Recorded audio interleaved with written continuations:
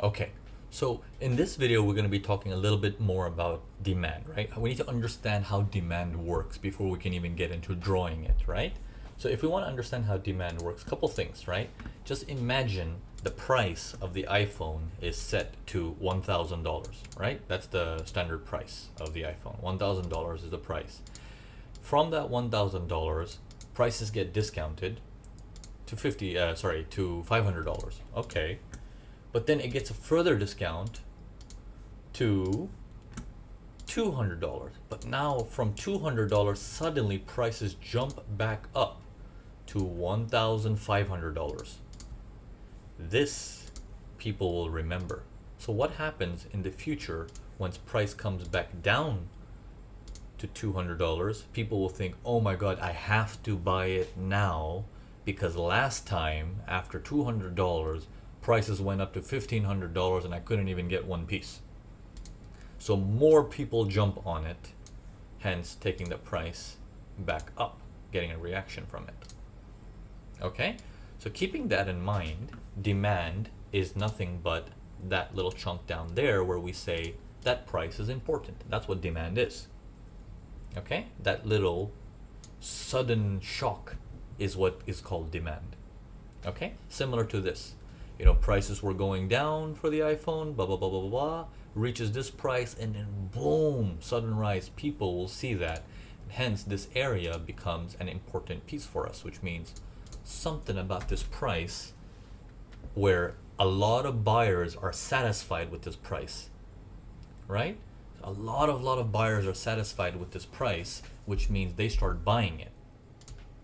Okay, if they start buying it, then even in the future, they will buy it at that price too when it's in a discount. Okay, well, let me get rid of all this. Sorry about that. Okay. All right, so moving forward. Okay, prices rise higher and higher and higher, and then we're watching the sellers come back down if they ever come back down to this price. No, they don't come back down to this price. So we want to watch for these dramatic events again and again and again. Here we go. We got in a uptrend. Here's an uptrend. Sellers come down again. Prices are dropping. Now, whether you look at prices dropping from here to here, that's one way of doing it. You can also look at it prices in a hole.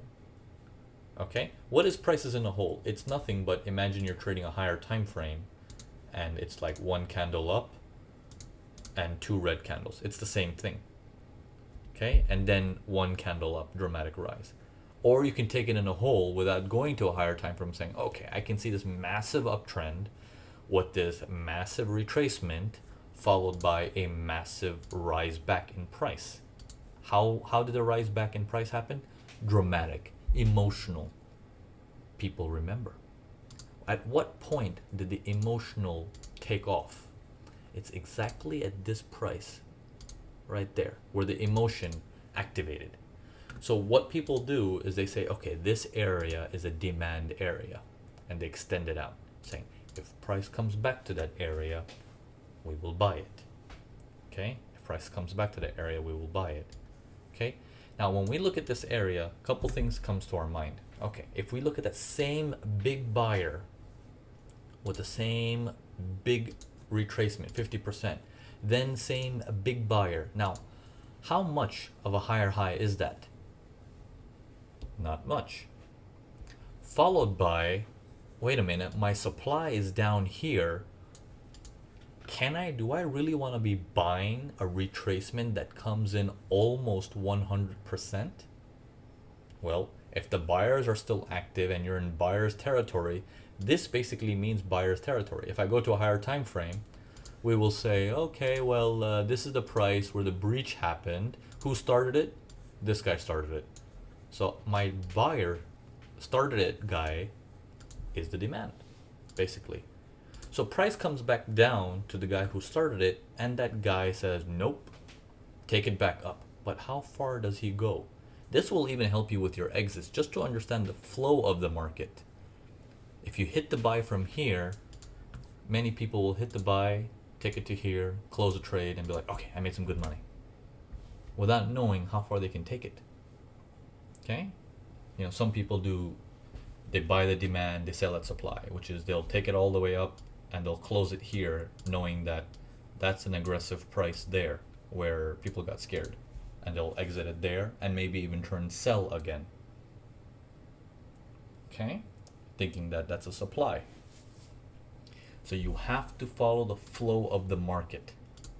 Okay, so let's do some more examples of demand. We'll go into trade examples later.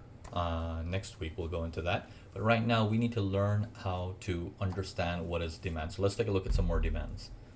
Okay, what about this here actually? Before we proceed, what about this here? Isn't that a dramatic drop in price followed by a hold in the market followed by a rise? Now how come this area, if we extend it out, doesn't hold the market and push it up from this black box? How come that doesn't happen? Would you say that's dramatic enough?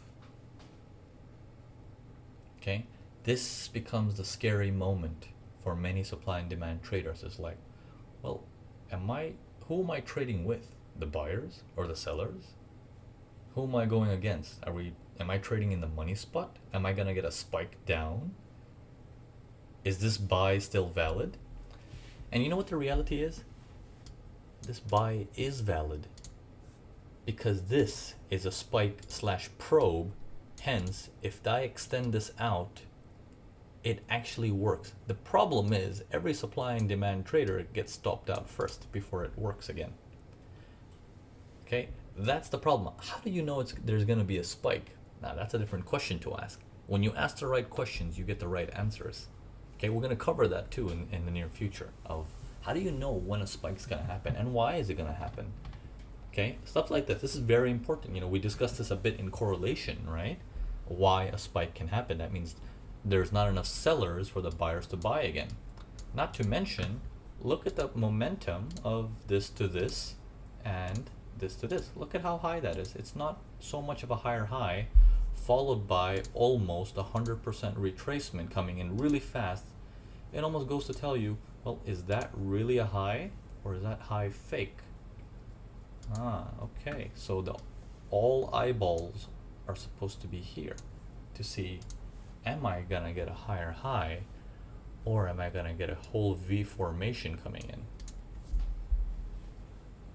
Okay, so spikes can be expected considering my higher high didn't happen. Now it might be like, whoa, you know, eagle eyes, you know, you're looking at bird's eye view. How can you even spot that on the live market? That's so hard to see. And I get that. That's why I'm trying to train your eyes to look at more detail, but also not get too consumed by information overload. Okay, just hang in there with me. I'll take you step by step on what to focus on and how, basically. Okay, so let's take a look at some more demands first. Let's keep going. Let's keep going. So there was a hidden demand here, which is confused by people. Okay, like, oh, is that the demand? Or demand works in two ways: drop, base, rise. It's basically the opposite of supply, right? Basically, they're saying this is demand, this little extreme area down here. The other demand is rise, base, rise.